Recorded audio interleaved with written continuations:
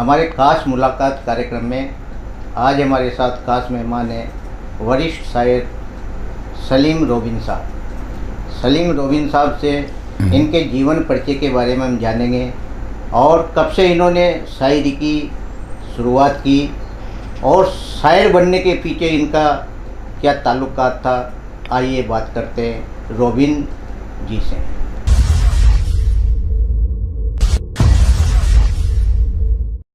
Salim robin जी, आपका हमारे studio में बहुत बहुत स्वागत है।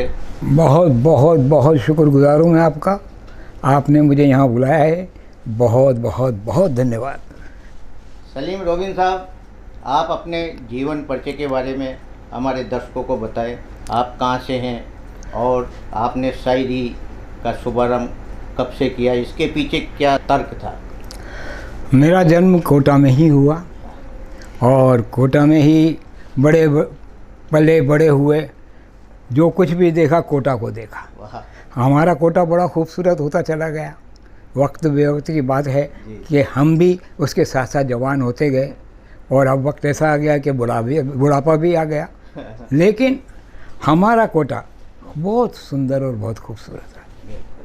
मेरा तो यही कहना है कि कोटा में जितने लोग आए और जिन्होंने जो जो भी काम किए, सब ने बहुत बहुत बहुत अच्छाइयाँ देखी, अच्छा देखा कोटा को। आगे मैं और क्या कहना चाहिए मुझे? रोबिन साहब, आपने शायरी, जो शायर बनने के पीछे आपका क्या कारण था? कब से आपने अपनी शायरी शुरू की? शायरी का जहाँ मामला है, ये तो चलते फिरते आ गई थी हमारी गोद में। तो जब हम लोगों के साथ उठने बैठने लगे, लोगों वो जब हमें सुनाते थे अपनी तो कविताएं या, तो उससे ऐसा लगता था कि भाई अपन भी कुछ बोलें। तो हमने भी फिर जो है लिखना छोटा छोटा शुरू किया। करते करते आप जैसे लोगों के साथ रहने से आगे बढ़ते गए और नया नया ज्ञान मिलता गया। तो मैं तो वो एक मुझे शेर याद है एक शायर साहब का, अपने बहुत नामी गिरामी का, कि मैं अकेला ही चला था जानिबे मंजिल, लोग मिलते ही गए कारवां बढ़ता गया। मैं तो इसी का कायल रहा हूँ जी। रोबिन साहब जी, आपके शायरी में, शायर बनने में उस्ताद कौन थे? उस्ताद की बात तो मैं कुछ नहीं कह सकता। कई लोग जो है जैसे वो अलग से ही पेड़ पौधों की वो निकल आती हैं ना, तो वैसे ही हम भी उग गए, अंकुरित हो गए। वरना हमें किसी ने सिखाया नहीं।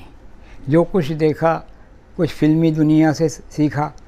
सच्चाई तो ये है कि फिल्मी दुनिया ने बहुत कुछ सिखाया और ज़ेर ज़बर बहुत अच्छा सिखाया। ज़रा अपन जो शब्दों के भूल जाते हैं ना, नुक्ते भी भूल जाते हैं। कई जगह लोग जोर बोल देते हैं, ज़ोर को, नक्शा को नक्शा बोल देते हैं। तो वो सब चीज़ें उससे देखने के बाद जब फिल्म देखते थे तो उससे हमें मिलता था और वो ज्ञान बढ़ता चला गया। और फिर आप जैसे लोगों ने और सहयोग किया तो और आगे बढ़ते चले गए। समय की बात है जी। रोबिन साहब, कोटा में भी काफ़ी शायर निकले हैं जी, आपके ज़माने के। जी जी। कौन कौन से ऐसे शायर थे जिनके साथ आप गोष्ठियाँ करके और मतलब अपनी शायरी शहरवासियों को सुनाते थे? बस यही एक ऐसा नुक्ता खड़ा हो जाता है कि किसका नाम लें। जब किसी का नाम ले दें तो दूसरा। ये हालात कोटा में शुरू से हैं। जैसे अपन कभी भी किसी की तारीफ़ कर देंगे तो वो ये कहेंगे, अच्छा हम कम थे क्या? तो मैं इसमें इसलिए नहीं पढ़ना चाहता हूँ कि भाई अपन तो जो है खुले हैं, अपने राम तो सब तरफ जाने वाले हैं। इसलिए आप मेरे से तो यही सोचो कि सारे ही शायर अच्छे हैं, अपने यहाँ के सारे ही कवि अच्छे हैं, सब अच्छा लिख रहे हैं और अच्छा पढ़ते हैं। उम्र भी हो गई उनकी। बिल्कुल जी। रोबिन साहब, जो पहले जो गज़लें लिखी जाती थी या शेर शायरी की जाती थी, वो प्रेम का एक, प्रेम से शायरी का शुभारंभ था। प्रेम का, हाँ, तो उस आपके ज़माने में प्रेम का ही था, तो कुछ चंद लाइनें आप सुनाए आपके गुजरे जमाने की। अब मैं तो क्या बताऊं, मैं तो वो एक शेर याद रह जाता है सबसे ज़्यादा, कि मैं अकेला ही चला था जानिब मंजिल, लोग मिलते ही गए कारवां बढ़ता गया। हमारे तो हालात ये रहे कि जैसे जैसे लोग जुड़े हमने उन सबको अपने साथ लिया। उसमें कवि भी बहुत अच्छे आए उस दौर के, और नए लड़के भी आए सीखने के लिहाज से। यूँ सोचो कि उनको भी शौक़ था, तो जो भी हुआ अच्छा हुआ है कोटा में। और कोटा बहुत हायर उस पे गया है, शायरी के तौर पर भी, कविताओं के तौर पर भी। और हम देखते हैं कि यहाँ पर बहुत अच्छे कवि और बहुत अच्छे शायर हैं जिनको मतलब दुनिया में जाना जाता है। सलीम साहब, आपके ज़माने में मतलब जब आप युवावस्था में थे तो उस समय किस तरह की आप शायरी सुनाया करते थे, या कोई गज़ल आप हमारे दर्शकों को सुनाए? मैं एक गज़ल जो है, गीत है, फिल्मी गीत है वैसे वो। तो वो मैं आपको रफ़ी साहब का गाया हुआ है, मगर उसके बोल बहुत अच्छे हैं। सुनाइए। वो है, मैं निगाहें तेरे चेहरे से हटाऊं कैसे, लुट गए होश तो फिर होश में आऊं कैसे, मैं निगाहें तेरे चेहरे से हटाऊं कैसे। मेरी निगाह तो आपके चेहरे से ही नहीं हट रही है। इतनी खूबसूरती अभी तक आपके चेहरे में है, बहुत अच्छा लग रहा है मुझे। रोबिन साहब जी, शायरी प्रेम मोहब्बत से शुरू होती है, जी हाँ, है ना, और वह आज के दौर में बदलती गई। जी जी। अब किस तरह की गज़लें आज के शायर लिख रहे हैं? आज तो यही पता नहीं लग रहा कि लिख क्या रहे हैं वो। बहुत बढ़िया। अपन देखें तो वो वाली बात को, क्योंकि वो पुराने जो शायर थे जो गहराई में जाते थे वो तो ख़त्म हो चुके। अब हम जैसे रह गए हैं, तो अब वो तो क्या करें, इधर से लिया और फिर कहीं की ईंट कहीं का रोड़ा, और किसने भानुमती ने कुनबा जोड़ा, वो वाला हाल हो रहा है। अपन किसी को क्या कह सकते हैं, कुछ भी नहीं कह सकते। मैं तो ये कहता हूँ कि हम अपने ही गिरबान में मुंह डाल करके सोचें कि हमने क्या किया, अच्छा कर रहे हैं कि नहीं कर रहे हैं। मेरा सोच तो ये है। और इतना अच्छा जो काम हो रहा है, अगर हो रहा है तो वो आप लोगों की देन है। आप लोगों की वजह से जब कार्यक्रम इस पर आता है, आपके उस पे कैनवास पे, आपके चैनल पे, तो कुछ अलग ही मज़ा आता है, क्योंकि आप लोगों ने उसको रख रखाव अच्छा कर रखा है। बहुत बड़ी चीज़ है ये। तो मैं तो आपका साधुवाद देता हूँ सबसे पहले। सलीम रोबिन साहब, आज जब आप शायरी कहते थे जी और लिखते थे, जब आपकी शायरी किसी टीवी, पत्रकार, जो अखबारों में या आकाशवाणी में जब प्रसारित होती थी, तो आपको कैसा आनंद मिलता था उस समय? मुझे तो वो आनंद आज भी आ रहा है। जो मेरी उम्र कम थी, आज हम इस उम्र में आ गए, आपके साथ बैठने के बाद वही आनंद नज़र आ रहा है, वही माहौल है। आप लोगों ने उसको ख़त्म नहीं होने दिया, सबसे बड़ी चीज़ ये है। इसलिए आप तो आपके शुक्रगुजार हैं कि आप लोग आज भी उसको उठा रहे हैं।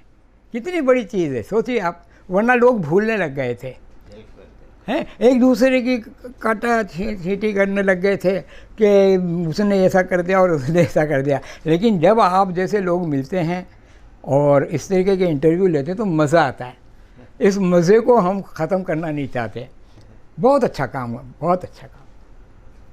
रोबिन साहब, कोई शायरी सुनाई ना आपके ज़माने की, कोई मोहब्बत की, क्योंकि जनता ये जानना चाहती कि आज भी सलीम रोबिन जी वैसे ही हैं जो आज से 50 साल पहले थे।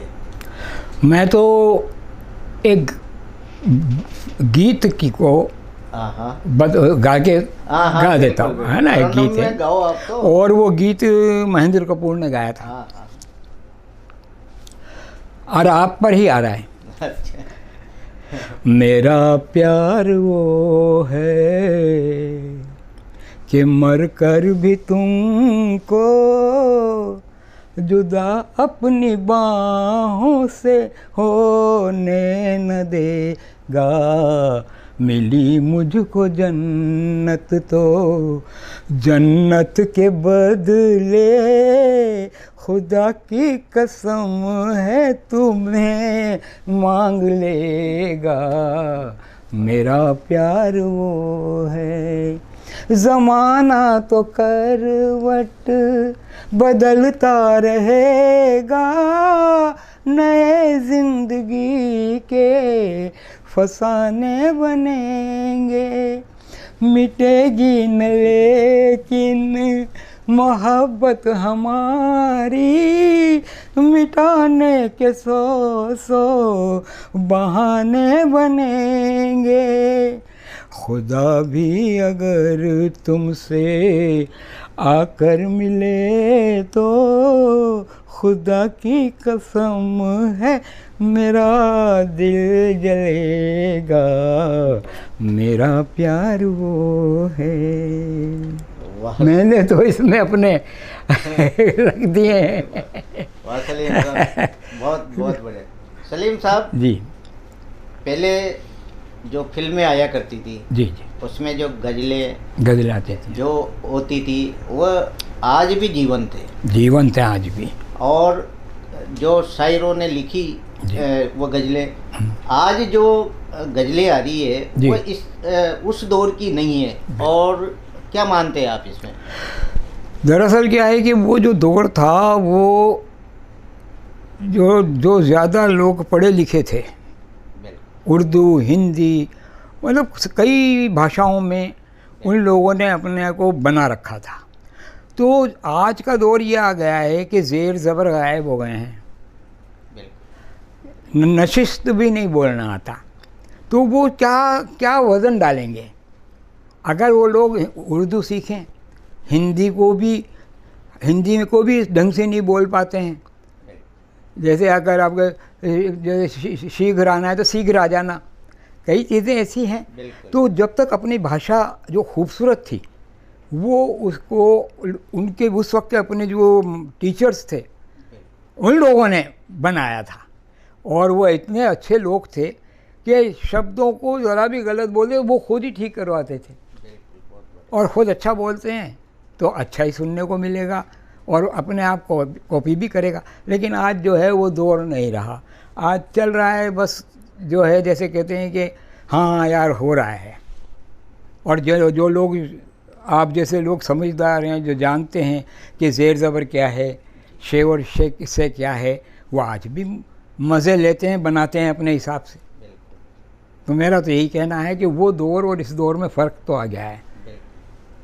सलीम रोबिन साहब, आज जो शायर सामने आ रहे हैं जी, जो लिख रहे हैं, तो वो ऐसे युवा शायरों को आप क्या संदेश देना चाहेंगे कि क्या लिखना चाहिए बदले गुजरे ज़माने के अनुसार? भाई पिछले लोगों को देखो, उनकी शायरियों को पढ़ो, देखो कविताओं को देखो, उनका अंदाज़ देखो और उनको ऐसे के ऐसे ही मत उड़ाओ, अपनी फिर उसमें अपनी लगा करके अपनी बात को जायज़ तरीके से पेश करो तो आप अपने आप देखो सुधर जाओगे।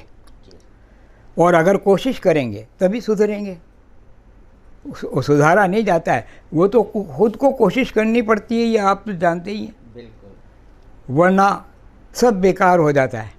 बिल्कुल सही। तो इसलिए हम तो यही कहना चाहते हैं कि भाई जो भी बोलना है जैसा अच्छा बोलो, कहना सुनना है अच्छा कहो, बैठना है तो अच्छे बैठो, कायदा कानून बना रहे तो ज़िंदगी जिंदा दिली का नाम हो जाएगी। जिंदा दिल ही जिया करते हैं फिर। रोबिन साहब, आज जो शायर है जी, वह उस्ताद नहीं बनाते, तो ये भी आप कारण मान सकते हैं? क्योंकि शायरी लिखी तो जा सकती है जी। लेकिन उसमें एक सुधारात्मक जो कदम एक उस्ताद के जरिए ही सामने आ पाता है, तो आप इसको कैसा मानते हैं? उस्ताद जो थे ना, पहले उस्ताद वो बहुत ही कड़क हुआ करते थे थोड़ा, जी तभी वो बनता था चेला, अच्छा बनता था। बिल्कुल अब वो चेलों ने भी जो है वो छोड़ दी, डर ख़त्म हो गया है। बिल्कुल आदमी बस ये सोचने लगा है कि अच्छा वो उस्ताद फिर जो है इसलिए पीछे हट जाते हैं कि यार अपनी इज्जत बनी रहे, उनकी भी काबिलियत उनकी सारी वैसी की वैसी कायम है, वो चाहें तो जब भी ज़ेर ज़बर और अच्छा से अच्छा बता सकते हैं। लेकिन कभी कभी ऐसा होता है कि वो समझ ही नहीं रहा है, अगर किसी को 3 बार आपने समझाया और फिर भी वो नहीं बोला ढंग से, तो फिर वो की वही बात आ जाती है कि वो भी छोड़ कहते हैं अच्छा छोड़ो यार जाने दो। बिल्कुल। तो ये हालात हैं। सलीम साहब ऐसा मानते हैं कि शायरी कहने वाला हमेशा प्रसन्न चित्त रहता है। आपकी जो उम्र जो मैं देख रहा हूँ, आज भी आप बिल्कुल चेहरे पे मुस्कान लिए बैठे हैं, तो इसके पीछे राज क्या है आपका? इसके पीछे राज है आप जैसे लोगों का होना, सामने वाला भी खुश हो। देखिए कितनी खूबसूरत उनकी हंसी है। जब हम माहौल को अच्छा बनाएंगे आपस में तो अपने आप खुशी आएगी। खुशी को तो आप जो है कहीं से ला तो नहीं सकते खरीद के, ये खुशी आपके चेहरे से झलक रही है, ये खुशी उनके चेहरे से झलक रही है, तो वो मेरे ऊपर भी हो रही है। तो अपने अंदर से खुशी निकालो ना। सच्चाई तो ये है कि आदमी अपने अंदर से कुछ निकालना ही नहीं चाहता, जो भी हो वो अपने आप में ही मस्त हो जाता है। अरे दूसरे को भी देखकर तो देखो यार, कुछ मज़ा तो मज़ा ही आएगा। रोबिन साहब कहते हैं कि सलीम साहब ऐसे शायर है जो चलते फिरते एक गज़ल को मतलब सामने रख देते हैं। तो कोई ऐसी गज़ल आपके दिलो दिमाग में हो? कुछ नहीं, अपन तो क्या है कि देखो इसको वो कहते हैं ना कि हाथों हाथ बनाने वाले। हाँ। तो वो हाथों हाथ बनाने वालों में क्या होता है कि अब खामोखा की बातें होती हैं। बिल्कुल कि आपने मुझको समझ लिया प्यार के काबिल, इसीलिए तो मैं आके बैठा हूँ आपके पास, इसलिए ही हंस रहे हैं हम, और वो सामने भी देखो कैसे कैसे मुस्कुरा रहे हैं हम। वाह वाह हम तो अपनी बात करें, और अपनी बात का जो मज़ा है वो कहीं नहीं आएगा, क्योंकि आप जैसे लोग इसको आगे बढ़ा रहे हैं, ऊंचाई दे रहे हैं। और इतनी ऊंचाई दीजिए आप तो जो एक दिन आकाश आसमान वाला ही कह दे कि अब तो बंद करो यार बहुत हो गया। सलीम साहब आपके दौर में जो शायरी चलती थी, जी जी, तो उसमें आप समाज के लिए क्या लिखते थे और समाज को क्या संदेश देते थे उस समय? अब समाज तो उस वक्त भी संदेश लेता नहीं था, और समाज तो आज भी संदेश नहीं लेता है, क्योंकि देखो जिसके मन में जो आ रहा है वो कर रहा है। आज अपन अपने बच्चे को भी कुछ समझाएं तो वो समझता नहीं है, आप नहीं समझते झट से वो कह देगा। लेकिन हाँ, अभी जो समाज आया है, ये पढ़ाई लिखाई जो साथ में अच्छी लगी है, तो इससे काफ़ी बच्चों में आया है, नयापन आया है, उन्होंने सोचना शुरू किया है। तो आगे उनके बच्चे भी आगे देखो तरक्की करेंगे, और एक अच्छी लोबी बनेगी। अब ये लोग बाग अच्छे बन रहे हैं, पढ़े लिखे हैं, और पहले जैसा नहीं है, मगर पहले जैसे भी लोग बड़े पढ़े लिखे थे साहब, गुणी थे। 5वीं क्लास के भी वो जो है बड़े गुणी लोग हुआ करते थे। 5वीं क्लास में तो बहुत बड़ी बात हुआ करती थी, मार साहब जब पढ़ाते थे तो हाँ गजब बात होती थी। तो ये तो वक्त बदलते बदलते अभी आप और देखिए, अभी आप जैसे लोगों ने इसको बदल डाला है। आए जो ऊंचाई दी है आपने, इस ऊंचाई को आप और ऊंचा कीजिए, हमारी तो यही आपसे इल्तिजा है। सलीम साहब, गालिब साहब के दौर में जो शायरी थी, उस शायरी को आते आते दुष्यंत कुमार के साथ ने दूसरे रूप में ला दिया। तो आप क्या मानते हैं उस शायरी में इस शायरी में जो बदलते ज़माने की शायरी में क्या भेद समझते हैं? जनाब आला देखो, भेद कुछ भी नहीं है, सिर्फ बदलाव आया है। उनकी शायरी अपनी जगह, उनके अपनी जगह, दोनों का अपना एक अलग अलग मुकाम है। अगर हम उनको सुनेंगे तो उसमें भी वाहवाही करेंगे, बिल्कुल। और इनको भी सुनते हैं तो इनको भी वाहवाही करेंगे, क्योंकि इनका भी सुनने के बाद मज़ा आता है, उनको सुनने के बाद भी मज़ा आता है, क्योंकि उनका अंदाज़ बयां अलग है।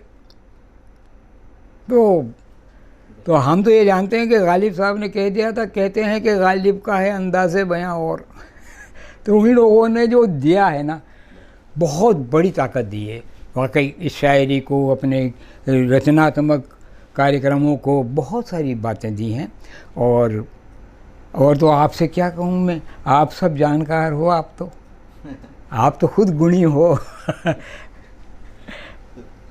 रोबिन साहब, कई शायर आपके क्षेत्र में ऐसे बने जो मोहब्बत करते करते शायर बन गए। हाँ बने साहब, बिल्कुल। कोई ऐसा संस्मरण हो सुनाए आपके साथियों के? बस ये जो एक पॉइंट है ना, किसी की बात को मतलब किसी की बात में कहना, वो साला नहीं बन पाता। हम अपनी तो कह सकते हैं। बिल्कुल, कहिए, आप अपनी कहिए। भाई मैं तो एक ही बात कहता हूँ कि आपको यहाँ लाके छोड़ता हूँ मैं कि अभी जी भर के देखा नहीं है, और अभी जी चाहता है कि आपको और देखें। कल को आप एक बार और बुलाएं, फिर हम आपसे एक बार और मुतासिर हों, बात करें, क्योंकि आपका अंदाज़ बहुत खूबसूरत है, क्योंकि कहने को दिल करता है। आप अंदर से निकालते हो, उसके अंदर से, ये है मेन चीज़ आपकी। तो मुझे तो बहुत खूबसूरत लगा मामला, और ये जो सामने बैठे हैं ये और भी खूबसूरत हैं। क्योंकि इनकी वजह से हम चल रहे हैं अभी यहाँ। बहुत बहुत शुक्रगुजार हूँ मैं आपका कि आपने मुझे बुलाया है। और कुछ क्या कहूँ, अब आप बताएं। रोबिन साहब, और कोई गाना जो आपकी शायरी का हो, उस ज़माने का, और सुनाइए हमारे दर्शकों को। मैं तो आपको एक गाना सुनाता हूँ जिसमें पूरी एक महेंद्र कपूर साहब ने कभी गाया था वो, और उस गायक उसमें वही बात है। बिल्कुल, सुनाइए। मेरा प्यार वो है कि मर कर भी तुमको जुदा अपनी बाहों से होने न देगा।